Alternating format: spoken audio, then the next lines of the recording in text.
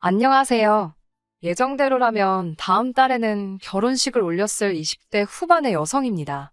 저도 이 결혼을 준비하면서 다른 사람들과 같이 사랑하는 남편과 화목한 가정을 꾸리고 행복하게 사는 삶을 몇 번이고 그렸습니다. 그렇지만 결혼이라는 게 단지 두 사람이 사랑만 가지고 하는 것이 아니라 서로 다른 두 가정이 만나 새로운 가정을 꾸리는 거라는 중요한 사실을 제가 잊고 있었던 것 같습니다. 저는 도저히 시댁을 받아들일 수 없어서 파혼을 결심했어요. 저와 남자친구는 같은 회사에서 일하다가 사귀게 된 사이입니다.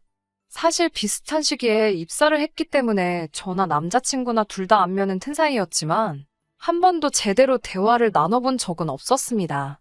저는 출근하면 조용히 자리에서 제 할 일만 하고 집에 가는 소위 있는 듯 없는 듯한 공기 같은 사람인데 반해 남자친구는 주변 사람들한테 관심도 많고 이목을 끄는 시끌시끌한 성격이었어요. 저는 그래서 남자친구에게 관심은커녕 오히려 좀 성가시다고 생각할 정도였습니다. 하지만 나중에 남자친구에게 들은 바로는 자기는 세상 조용한 제가 너무나도 신기했다고 그래요. 자기가 제 관심을 끌기 위해서 별짓을 다 해도 그냥 어쩌다 한 번씩 웃어줄 뿐 반응이 없더라면서. 그래서 나중엔 오기가 생겨서 어떻게든 저를 웃게 만들겠다는 생각을 하고 출근한 적도 있었다고요. 그런 남자친구의 노력 덕분인지 저도 결국엔 남자친구에게 마음의 문을 열게 되었고 그렇게 연애를 시작했습니다. 하지만 많은 회사들이 그렇듯이 위에서 사내 커플을 그다지 좋게 보지 않는 눈치였어요. 특히 남자친구와 제가 다니던 회사는 그렇게 큰 회사는 아니었거든요. 결국 3달 정도 지나서 제가 동종업계의 다른 회사로 이직을 했습니다. 더 좋은 조건으로 스카우트 제의가 있던 차였거든요. 전 회사가 정이 들었기도 하고 출퇴근 교통이 제가 살던 집에서 훨씬 좋아서 고민하고 있던 차였는데 사내 연애를 가지고 직원들 사이에 이런저런 이야기가 나오니 그냥 옮겨버리게 되었어요. 이직한 회사는 원래 다니던 회사보다 규모 면에서 좀 더 크고 젊은 사람들도 많았어요.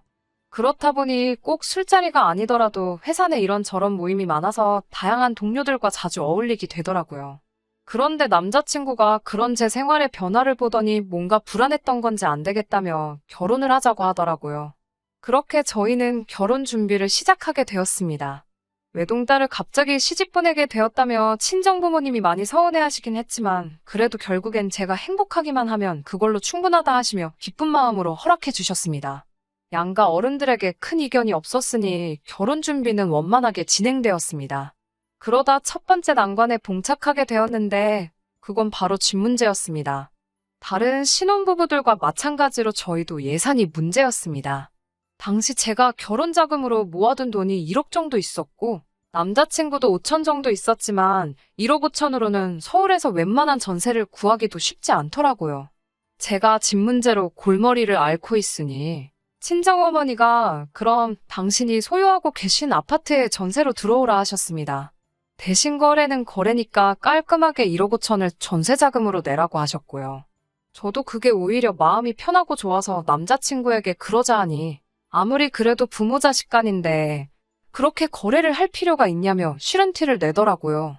친정어머니가 그 돈을 안 받으면 무슨 BMW 어떤 모델을 살 수 있다나 뭐라 하면서요. 친정어머니가 신경 써준 부분을 가지고 오히려 뻔뻔하게 저러고 있으니 제가 그럼 그냥 엄마 집 들어가지 말고 우리 힘으로 알아보자 했는데 부동산을 10군데를 가봐도 1억 5천으로 서울에서 어떻게 아파트를 구하겠어요.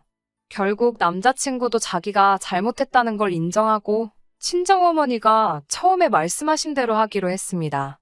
전세금을 받는 대신에 아파트 리모델링 같은 내부 공사는 친정어머니가 어머니 선에서 전부 다 해주기로 하셨어요. 저희가 결혼식보다 주택 문제에 먼저 신경을 쓰게 된 이유는 코로나 때문이었습니다. 평생 한 번뿐인 결혼식인데 제한된 인원을 초대해야 하는 것도 싫었고 결혼식 촬영을 전부 마스크 쓰고 하는 것도 여러모로 내키지가 않았기에 결혼식만큼은 조금 미루게 되더라도 상황이 좀 더 나아지면 하자고 이야기가 되었기 때문입니다. 특히나 남자친구의 경우 서울에서 살고 있던 전세집이 계약이 끝나가고 있었기 때문에 그런 타이밍도 고려해야만 했고요. 아무튼 그리하여 저희가 먼저 살림을 차리게 되었습니다. 그리고 그때부터 생각지도 못했던 시집살이가 시작되었네요. 제 시집살이를 설명하기 위해서는 양쪽 집안의 가족 환경을 소개해야만 하겠습니다. 저희 친정 부모님은 두 분 다 가족이 많지 않으세요.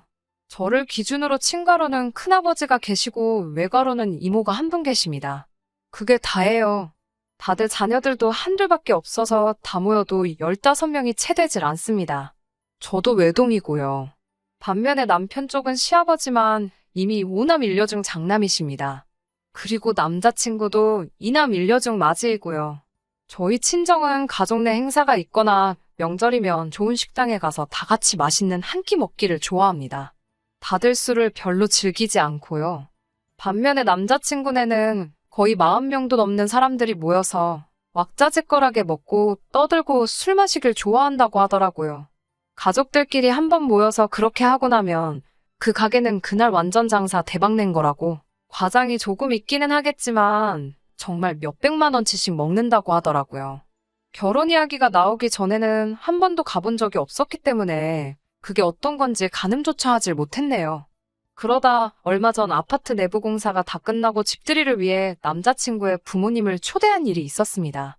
남자친구의 부모님은 어차피 결혼하면 다 한 가족으로 보고 지낼 사이인데 이참에 미리 얼굴 트면 편하고 좋지 않겠냐 하시면서 친척분들의 연락처를 저에게 보내주셨습니다.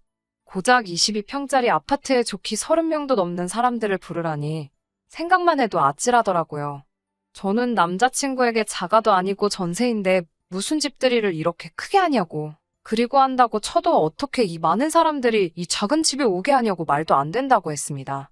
하지만 남자친구는 왜 해보지도 않고 안 된다고 하냐면서 아버지가 우리 자랑하고 싶어서 그러시는 거니까 그냥 좀만 참으라고 부탁하더라고요. 그러면서 정 안 되면 시간차를 두고 오시라 하면 된다는 말도 안 되는 소리를 하더라고요. 시간차라니 예약제도 아니고 2시간 간격으로 친척분들을 한 분 한 분 모시라는 소리인가요? 도저히 말이 통하지 않아서 그럼 음식은 어떻게 하냐고 하니까 그런 건 그냥 배달시켜도 된다면서 신경 쓰지 말라고 하더라고요. 아무리 말해도 상황이 달라질 것 같지도 않고 한숨만 나왔습니다. 솔직히 가족마다 성향이 다르고 같이 시간을 보내는 방식도 다를 수 있다는 거 저도 잘 알아요. 제 방식이 옳다는 게 아니고 그분들 방식이 잘못된 것도 아니지만 아무리 생각해도 22평 아파트에, 그것도 아무리 저희 어머니 소유라지만 제 집도 아닌 새 들어 사는 전셋집에 그 많은 사람들을 불러서 집들이를 해야 한다니 말도 안 될 소리더라고요. 하지만 아무도 제 말에 귀 기울여 주지 않더라고요. 그리고 솔직히 이미 저는 속으로 이 결혼하는 게 맞나 그런 생각을 하고 있었습니다. 무슨 기회만 되면 이 모든 식구들이 모인다는 건데 생각만 해도 앞이 깜깜하더라고요. 하지만 결국 시간은 갔고 집들이 날이 되었습니다. 그래도 다행인 건 몇몇 어른들은 코로나 무서워서 못 오신다 하셔서 결과적으로 오게 된 건 시부모님 내외와 시아버지의 형제분들이 전부였어요. 그렇다고 마음에 부담이 덜해지는 건 아니었지만 그래도 한결 마음이 놓였습니다. 남편의 말대로 저는 근처 적당한 중식당에서 몇 가지 요리를 시켰습니다. 음식 직접 안 했다고 혼나는 거 아니냐며 제가 걱정을 하자 남자친구 말이 자기네 가족은 그런 건 아무도 신경 안 쓴다고, 하지만 분위기만큼은 잘 맞춰야 된다고, 그래야 이쁨 받을 거라고 조언을 해주더라고요. 분위기를 잘 맞춘다는 게 묻는 말에 대답 잘하고 잘 웃고 그러라는 건가 싶어서 그런 거야 식은죽 먹기지라고 제가 대답을 했어요. 그런데 설마 저에게 기대하는 게 그런 역할일 거라곤 전 정말 상상조차 하지 못했습니다. 6시 반쯤 되자 남자친구의 부모님을 비롯한 모든 어른들이 도착하셨습니다. 음식도 제때 도착했고 아무런 문제가 없어 보였어요. 그런데 식사가 시작되면서 생각지도 못한 상황이 펼쳐졌습니다. 남자친구의 아버지가 저더러 잠깐 이리 좀 옆에 와서 앉아보라고 하시더라고요. 이때만 해도 저는 정말 그냥 절며느리로 형제분들께 정식으로 소개해주려고 하시나 보다 싶었어요. 그런데 제 앞으로 술잔을 딱 내미시면서 어디 한 잔 따라봐라 하시는 거예요. 저는 성인이 되면서 아버지께 술을 배웠는데 저희 아버지가 그때 말씀하시길 여자는 술 따르는 거 아니라고 아버지 술잔도 못 채우게 하셨거든요. 그런데 남자친구 아버지가 술을 따르라 하니까 기분이 영 좋지 않더라고요. 그렇지만 원래도 술을 좋아하신다는 건 알고 있었고 또 기분이 좋아서 그러시는 건가 싶어서 그냥 싫은 티 안 내고 한 잔 따라 드렸습니다. 그러자 저보고 참 센스가 없다고 사람이 어떻게 술만 마시냐고 하시면서 안주는 어디다 팔아먹었냐고 하시는 거예요. 솔직히 이때부터는 기분이 급속도로 안 좋아졌지만 한 번만 더 참자 했어요. 앞에 남자친구 아버지의 형제분들도 계셨으니까요. 그래서 탕수육을 몇 개 집어서 남자친구 아버님 앞접시에 놓아드렸어요. 그랬더니 입을 아 벌리면서 무슨 여자가 이렇게 애교가 없냐고 하시는 거예요. 제가 순간 당황해서 벙쪄 있으니까 남자친구 어머님이 아버님께 채통 좀 지키라 한마디 하시면서 탕수육을 집어서 입에 넣어주셨어요. 그러자 남자친구 아버님이 탕수육을 오물오물 드시면서 젊은 여자가 주는 것 좀 먹어보려고 하는데 늙은 마누라가 방해를 하네 하면서 껄껄 웃고 있는 거예요. 그 말을 들으니 솔직히 저게 이런 자리에서 하실 말인가 생각하고 있는데 아버님, 형제분들도 그게 뭐가 그렇게 재밌는지 아주 배꼽을 잡으면서 웃고 있더라고요. 그러다 며느리 도망가겠다고 조심 좀 하라고 재미 하나도 없는 추임새까지 넣으시면서요. 그래도 거기서 멈추셨으면 제가 파혼까지는 생각 안 했을 거예요. 제가 너무 어색하고 불편해서 슬쩍 부엌으로 가려고 하니까 남자친구 아버님이 저더러 가긴 어딜 가냐며 저 빈잔들 안 보이냐고 얼른 옆에 가서 한 잔씩 다 따라주고 안주도 하나씩 먹여드리고 하라는 거예요. 제가 솔직히 하기 싫어서 우물쭈물하고 있으니 아버님 동생분들이 자기들끼리 막 저를 보면서 실실 웃으며 쑥스러워서 그러냐면서 웃더라고요. 우리들은 안주 입에 안 넣어줘도 되니까 빈잔만 채우라고 하더군요. 한 분 한 분 돌아가면서 빈잔을 채우고 있는데 잔을 채울 때마다 친척분들 시선이 느껴지니 제가 마치 동물원의 원숭이가 된 기분이기도 하고 잠 받을 때마다 조카 덕에 이 나이에 젊은 여자한테 술도 받아보고 아주 출세했다고 좋다며 웃는데 접대부가 된 기분이기도 하고 한마디로 기분이 더러웠습니다.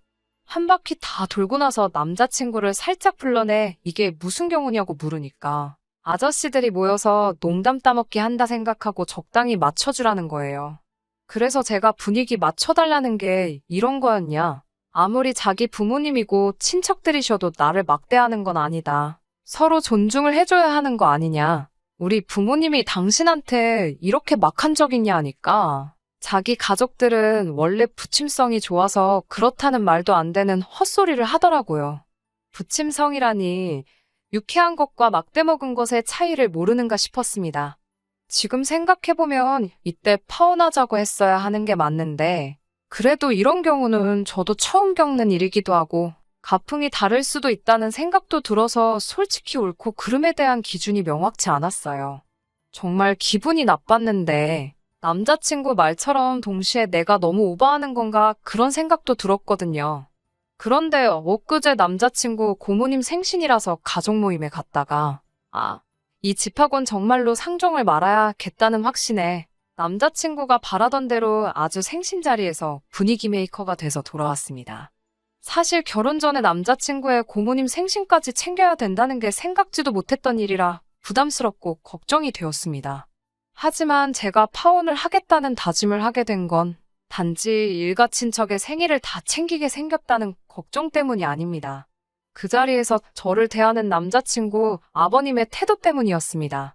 그날은 토요일 저녁이었는데 생각했던 것보다 교통사정이 좋지 않아서 다른 사람들보다 늦게 도착하게 되었습니다. 도착하니 벌써 식사를 하신 분들도 계시고 아무튼 정신이 하나도 없었습니다. 저번 집들이 때랑은 비교도 안 되게 정말 많은 분들이 와 계셨거든요. 그 가운데서 분위기를 진두지휘하시던 남자친구의 아버님이 저 멀리서 저와 남자친구를 발견하시곤 어찌나 좋아하시던지요. 그러더니 벼랑간 저더러 이리 와보라고 하시더니 술병을 딱 손에 쥐어주시면서 저보고 돌아다니면서 빈잔 있으면 다 따라드리고 오라는 거예요. 몇몇 분들이 아니 아무리 며느리 될 사람이어도 왜 그런 걸 시키냐고 말리는데도 들은 채도 안 하고 아니 내가 내 며느리한테 술을 따르라고 시키든 춤을 추라고 시키든 당신들이 뭔 상관이냐? 하면서 고개를 돌려 저를 쳐다보면서 그리고 며느리 도리가 다 뭐야. 시아버지가 하라면 네 아버님 하고 죽는 신용도 해야지. 안 그러냐 아가야? 하시는 거예요. 그 말을 듣는데 진짜 어이가 없고 나를 이렇게 생각하고 계시는구나 싶더라고요.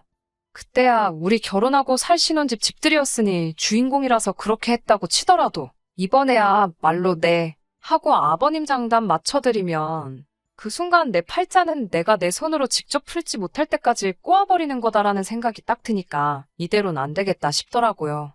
저는 술병을 다시 남자친구의 아버님 손에 쥐어드리고 저는 그런 며느리가 되어드릴 자신이 없다고 말씀드렸습니다. 그러자 남자친구가 깜짝 놀라더니 저를 잡아 끌고 구석진대로 가더라고요. 그러더니 저더러 미쳤냐며 제정신이냐고 어디 사람들 있는 데서 시아버지들 사람한테 그렇게 반응을 하냐고 친척들 앞에서 자기랑 자기 아버지 망신 줄 생각이냐고 성질을 내더라고요. 어서 돌아가서 죄송하다고 하고 애교도 부리고 해서 아버님 기분부터 풀어주라고 성질을 부리고 돌아가더라고요. 혼자 잠깐 가만히 서서 그냥 이대로 집으로 돌아가 버릴까 하는 생각이 드는 찰나에 누가 선물로 가져온 건지 샴페인 병이 하나 보이더라고요. 그래서 그 병을 집어들고 다시 안으로 들어갔습니다. 술 따르기 싫다고 한 예비 며느리가 술병을 들고 들어오니 남자친구가 아버님 귓속에다가 대고 뭔가 속삭이더라고요. 아마도 자기가 저를 잘 타일렀으니 아버님 말에 이젠 거역을 하지 않을 거다. 이런 이야기를 했을 거예요. 아버님이 언짢으신 표정을 하고는 잔을 들고 제 앞으로 걸어 나와서 그래, 네가 감히 어른 말을 거역해? 어디 한번 따라봐라 하는 세상 근엄한 표정을 하고 서 계셨으니까요. 그 자리에서 욕을 해버릴까 했지만 꾹 참고 샴페인병을 기울였습니다. 뻥하는 소리와 함께 코르크가 아버님 미간에 그대로 적중했고 샴페인은 그대로 압력을 이기지 못해 쏟아져 나왔어요. 저는 손가락으로 병입구를 틀어막으면서 그대로 아버님 얼굴에다가 샴페인을 뿌려버렸습니다. 사실 이미 샴페인병을 들고 오면서 이렇게 할 생각이 안 보이는 곳에 숨어서 병을 엄청나게 흔들어댔거든요. 병뚜껑에 맞아서 정신이 없는 아버님 얼굴 위로 샴페인이 흩뿌려지니 아예 정신을 못 차리시고 옆에 있는 의자에 풀썩 주저앉으시더라고요. 그대로 아버님한테는 그토록 원하던 젊은 여자가 따라주는 술맛이 어떠시냐고 비아냥대면서 물어봤어요.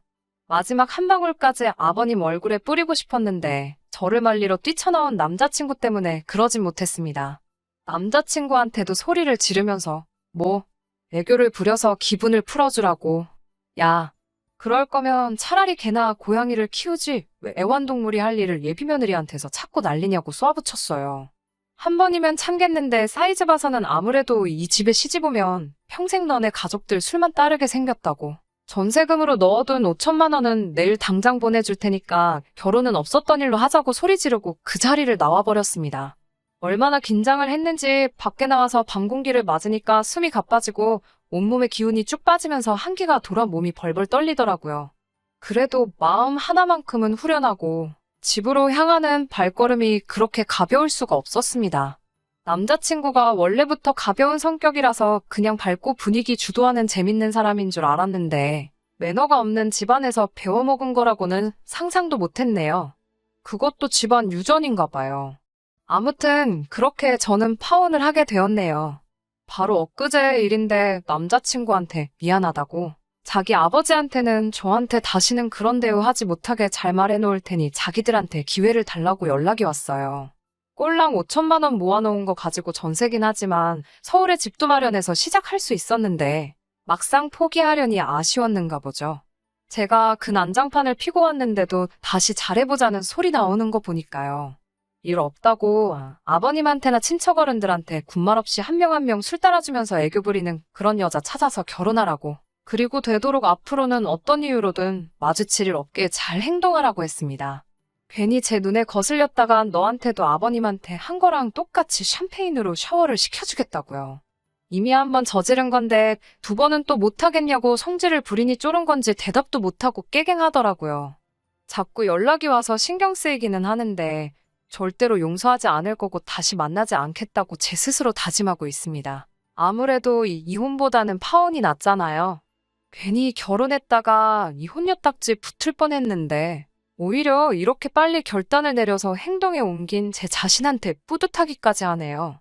남자친구한테 연락하지 말라는 문자 하나 보내고 차단해버린 뒤에 이렇게 사연 한번 적어봤습니다. 끝까지 들어주셔서 감사합니다. 오늘의 사연은 여기까지입니다. 구독과 좋아요, 알람 설정 부탁드리고 더 좋은 사연으로 다시 찾아뵙겠습니다. 감사합니다.